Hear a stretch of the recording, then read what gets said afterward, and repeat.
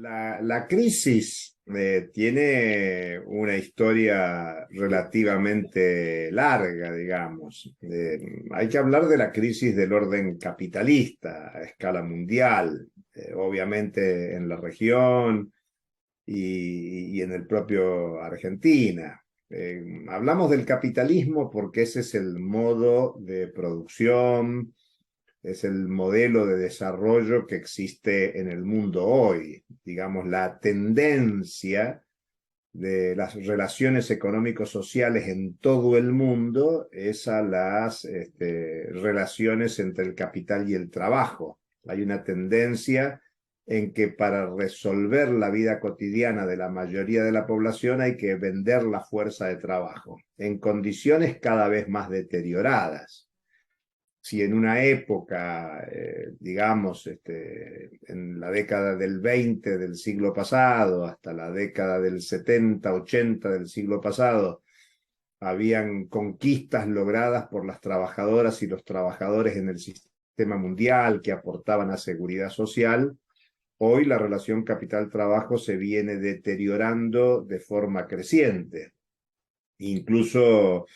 la ofensiva del capital que se vive desde los años 70, 80 del siglo pasado, tiene como eje central el deterioro de las condiciones de trabajo. Por eso se plantea permanentemente reformas laborales, reformas previsionales, que en ningún caso pretenden mejorar la condición de vida de las trabajadoras, de los trabajadores, de las jubiladas, de los jubilados. Y en rigor, lo que hoy tenemos en los últimos años, y es parte de esta crisis del capitalismo mundial, crisis civilizatoria, como muy bien señalás, una creciente desigualdad. Es decir, la mayoría de la población del mundo ve deteriorados sus ingresos, sus patrimonios, la solución de sus necesidades inmediatas en materia alimentaria, sanitaria. Lo sanitario se ha visto con mucha crudeza en los últimos años de pandemia. Tiene mucho que ver con la privatización de la salud, que es la pérdida del derecho a la salud de la población mundial.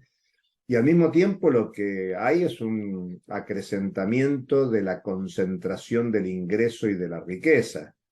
Hay muchas organizaciones internacionales, entre otras la banca suiza, que publica anualmente la pirámide de la riqueza, donde muestra que el 1% más rico de la población mundial viene acrecentando la apropiación de ingreso y de riqueza en desmedro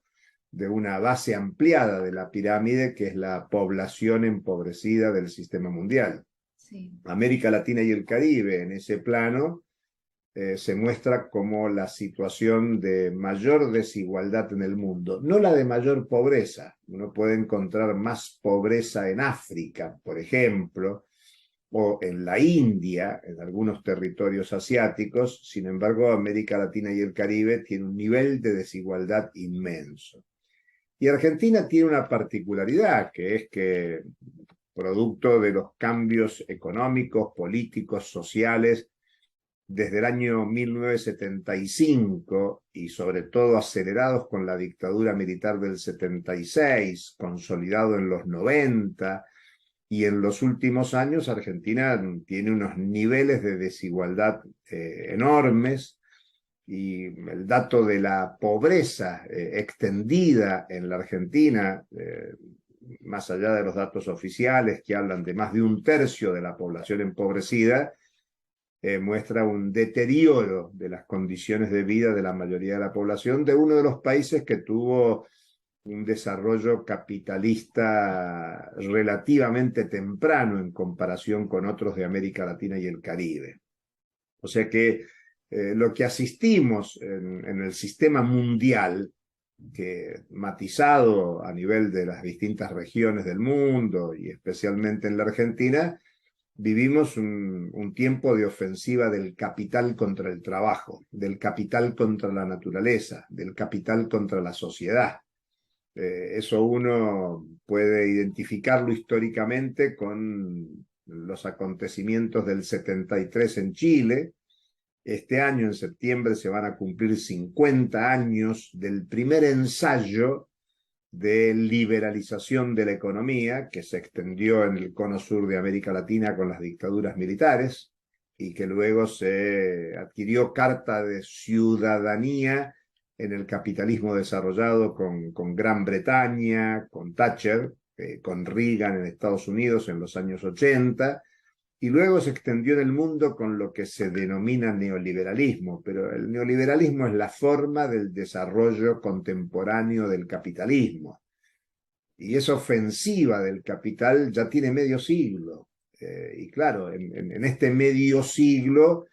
entre grandes novedades del orden mundial, se termina la situación de bipolaridad del sistema mundial.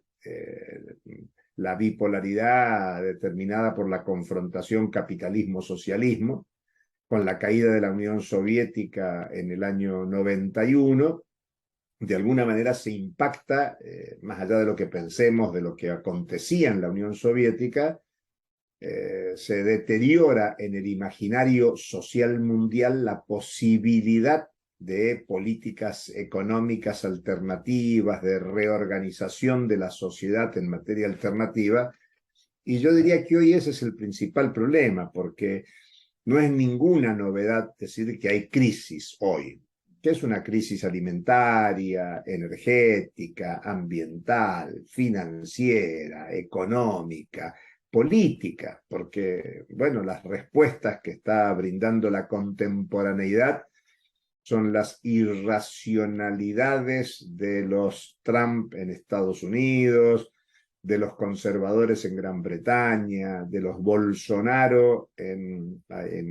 Brasil, o las propuestas de regímenes políticos de derecha en América Latina. El caso de Argentina, en el año 2015, por primera vez desde que hay regímenes constitucionales, accede al gobierno una propuesta política explícitamente de derecha con Mauricio Macri, y hoy la derecha no solo es el macrismo, sino que hay derecha a la derecha, con la emergencia de los libertarios, anarcocapitalistas autodefinidos, que levantan las banderas teóricas más atrasadas de la escuela austríaca, precisamente una escuela que surge en Europa en 1871, prácticamente en simultáneo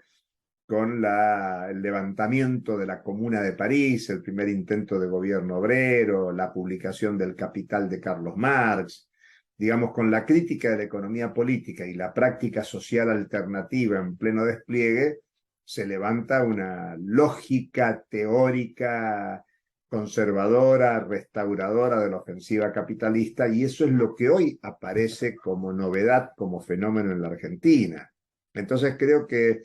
la crisis tiene distintas manifestaciones, tiene multiplicidad de enfoques para pensar la crisis, y los efectos son negativos para una parte muy importante de la población. Pero me parece que a nosotros lo que más nos debe preocupar es que este es un tiempo de crisis capitalista, pero de ausencia de alternativa política. Cuando digo ausencia de alternativa política, de un proyecto que entusiasme a millones, porque curiosamente, al mismo tiempo que no hay una propuesta política emancipadora que articule al movimiento de trabajadoras, trabajadores, al movimiento popular en Argentina, en América Latina y el Caribe y en el mundo, sin embargo, hay prácticas sociales alternativas que se extienden por todo el planeta. Claro. Digamos, no es que faltan alternativas concretas, reales, que se despliegan en empresas recuperadas, en mecanismos de resolución de la vida cotidiana a través de la autogestión, de la cooperación, de la solidaridad. Bueno, el propio movimiento de mujeres ha instalado en la diversidad de los feminismos populares hasta concepciones de economía feminista, marcando la necesidad de cambios teóricos, políticos. Por eso me parece que este es un tiempo de mucha práctica social transformadora, pero que no condensa en un proyecto político, civilizatorio, alternativo, que entusiasme al imaginario social, popular, local, regional, mundial, como uno de los principales problemas del capitalismo. Y todo se resume en iniciativas políticas. La sensación es que hay una fuerte iniciativa política del poder económico concentrado. Eso es el poder de las corporaciones transnacionales, es el poder de los principales estados del capitalismo mundial, que al tiempo que pregonan la liberalización de la economía, hay una intervención de los estados capitalistas como nunca en la historia de la humanidad. No solo en la emisión de moneda, por ejemplo, sino en la promoción del endeudamiento público de los principales estados del capitalismo mundial y en el estímulo y el aliento a una economía militarizada que impacta en la sociedad mundial y que se manifiesta como guerra. Pero también junto con la ofensiva de las transnacionales y de los principales estados del capitalismo mundial hay una tendencia a la universalización de las formas jurídicas, de las normas a través de los organismos internacionales. No solo el Fondo Monetario Internacional, el Banco Mundial, sino la Organización Mundial de Comercio y todo un entramado de tratados internacionales, tratados bilaterales de inversión, tratados de libre comercio, que tratan de imponer los objetivos del gran capital para la reestructuración de la sociedad contemporánea. Y en ese marco, quizás el límite hay que marcarlo en las iniciativas globales de los movimientos populares, de los movimientos sociales. Alguna vez, hace mucho tiempo, los clásicos del marxismo difundieron la tesis proletarios del mundo unidos. Así cerraba el manifiesto comunista, así sostenía la Asociación Internacional de Trabajadores. Estamos hablando de los años 1848, 1864. Y bueno, hoy hay luchas sociales de los pueblos que no necesariamente articulan como una iniciativa política global. Ejemplo, hoy hay movilizaciones gigantescas en Perú que no se reproducen en movilizaciones solidarias en el resto de América Latina y el Caribe. Haití viene de décadas de movilizaciones de resistencia para el pueblo más empobrecido de la región latinoamericana y caribeña, y siendo Haití el territorio de la primera revolución anticolonial, emancipadora en 1804, no convoca la solidaridad más allá de declaraciones, de personalidades, de ciertos movimientos, de hacer visible esa lucha, pero falta una iniciativa política de los pueblos, de los de abajo, de los que viven de la venta de la fuerza de trabajo, para crear un clima de respuesta ante una crisis económica, social, política, ideológica, cultural, que tiene impacto en el deterioro de las condiciones de vida. Por eso es tan importante discutir esta crisis, que si uno mira los antecedentes, uno dice, bueno, la crisis actual tiene que ver con la guerra en Ucrania, pero no se puede pensar la guerra en Ucrania y su impacto económico sin pensar antes el impacto de la pandemia, y eso nos lleva al año 2020, y la propia pandemia no puede analizarse si no es en el marco del modelo productivo y desarrollo y el impacto en la destrucción de la naturaleza. Y claro, la crisis del 2020 hasta la actualidad, 2023, no puede no pensarse sin la crisis del 2008, que tiene como manifestación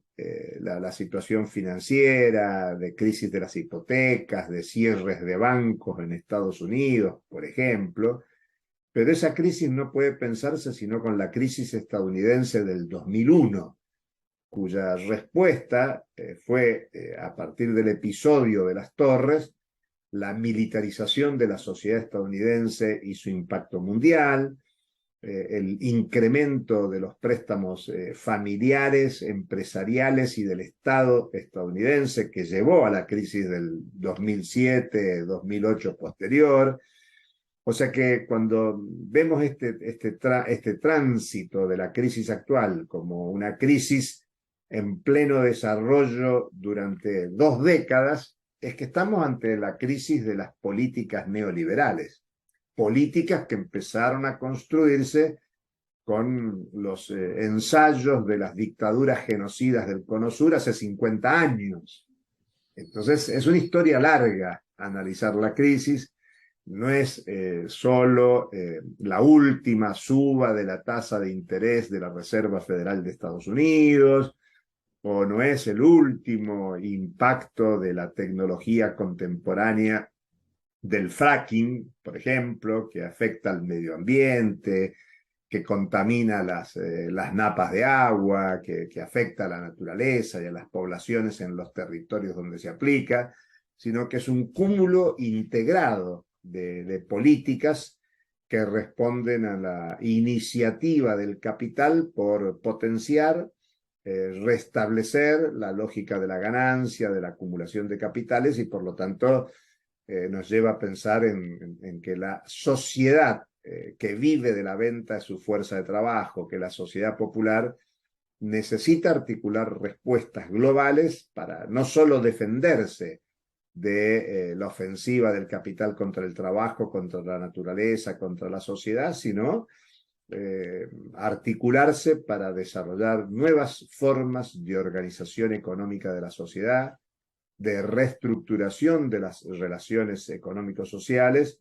y de alguna manera reinventar los modos de vida en la sociedad contemporánea, no solo en defensa de la calidad de vida de las personas, sino en defensa del medio ambiente, de la reproducción del metabolismo natural, digamos que es la vida de la humanidad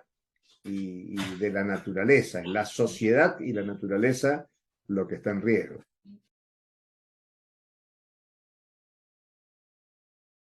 Sí, la inflación hoy es el problema visible más importante que tiene la economía en la Argentina. Digo, es el más visible, no necesariamente el principal problema estructural. Por ahí uno podría pensar que el tema de la propiedad privada de los medios de producción es el principal problema, especialmente el de la tierra, que convoca luchas de los pueblos originarios en la Argentina, por ejemplo, o cuando uno piensa en la solución de los problemas de millones de personas empobrecidas en la Argentina, tiene que ver con posibilidad de acceso a la tierra como medio de producción esencial para resolver una política alimentaria alternativa, una política de soberanía alimentaria. Pero claro, hoy en las condiciones del capitalismo contemporáneo es la inflación. Y muchas veces se dice que la inflación tiene causas múltiples, eso es cierto, pero básicamente es una cuestión de poder. Cuando digo que es una cuestión de poder, tiene que ver con la lógica del capital, porque claro, la inflación es la manifiesta suba de los precios, y no cualquiera puede subir los precios. Los trabajadores, trabajadoras, activos, activas, jubiladas, jubilados, no pueden subir el precio de la fuerza de trabajo como quisieran para resolver sus necesidades. Mientras que hay un conjunto de precios que sí suben. Son muchos los precios que suben, pero los definitorios son aquellos precios que definen el circuito de producción y circulación en la Argentina. Y tiene que ver, por lo tanto, con la capacidad de instalar precios en la economía. El precio es un fenómeno que tiene por detrás el valor, y la teoría del valor es una de las leyes principales que dieron surgimiento a la economía política en lo que se llamó la escuela política, economía política clásica. Obviamente es la base del pensamiento de la economía crítica de Marx y sus continuadores. Por lo tanto, la política de precios, la inflación, tiene que ver en el fondo, con la ley del valor y con la capacidad que tienen en el mercado, que son relaciones económicos sociales, de imponerse unos sobre otros. Claro, hay muchos países capitalistas en el mundo que no tienen la inflación de la Argentina. Y entonces, claro, hay especificidades sociales. Uno piensa en América Latina, ¿cuáles son los países con más inflación? Bueno, Venezuela, Argentina y Cuba.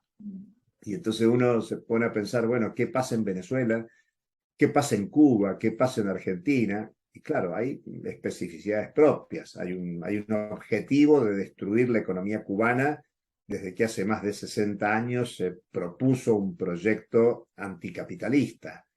La economía venezolana, en tanto y en cuanto intentó redinamizar el concepto de socialismo en el siglo XXI, también es objeto de boicots diversos y por lo tanto ahí se pueden encontrar las causas de la inflación. Bueno, en Argentina hay una crisis política que no es solo de ahora en lo que se llama la grieta entre la coalición gobernante y la principal coalición opositora, sino que la Argentina tiene una situación irresuelta, no solo en la contradicción principal entre los de abajo y los de arriba, sino que también entre los de arriba hay una disputa muy grande y pesan los acreedores externos, los grandes complejos de producción y exportación, como el núcleo sojero, que busca permanentemente una estrategia devaluatoria, lo mismo el sector de mega minería en la Argentina, los grandes sectores industriales vinculados a la exportación, y por lo tanto se interviene en el precio del dólar o tipo de cambio que afectan la evolución de la inflación. Por eso yo me animaría a decirte que la inflación es un problema de poder, es un problema estructural del capitalismo que tiene la especificidad propia de los temas irresueltos de la Argentina.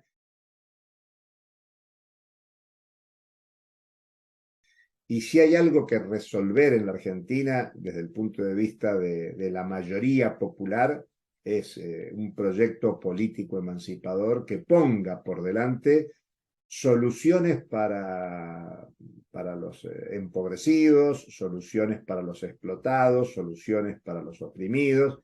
Y eso pasa básicamente por un programa de soberanía alimentaria, soberanía energética, soberanía financiera, articulado con otros pueblos de la región latinoamericana y caribeña y a escala mundial, y solo desde esa perspectiva política es que se podrán generar condiciones para confrontar con el problema inflacionario y otros problemas estructurales de la economía argentina como contribución a resolver los problemas de los pueblos de la región y del mundo. No hay salida solo desde la Argentina, pero claro, la Argentina tiene que encarar procesos de emancipación popular social desde los pueblos y con eso articular otras propuestas de los países de la región, no solo de los países vecinos, sino pensar a América Latina y el Caribe como nuestra América, y desde nuestra América una integración con los pueblos del mundo para pensar un horizonte alternativo de tipo global.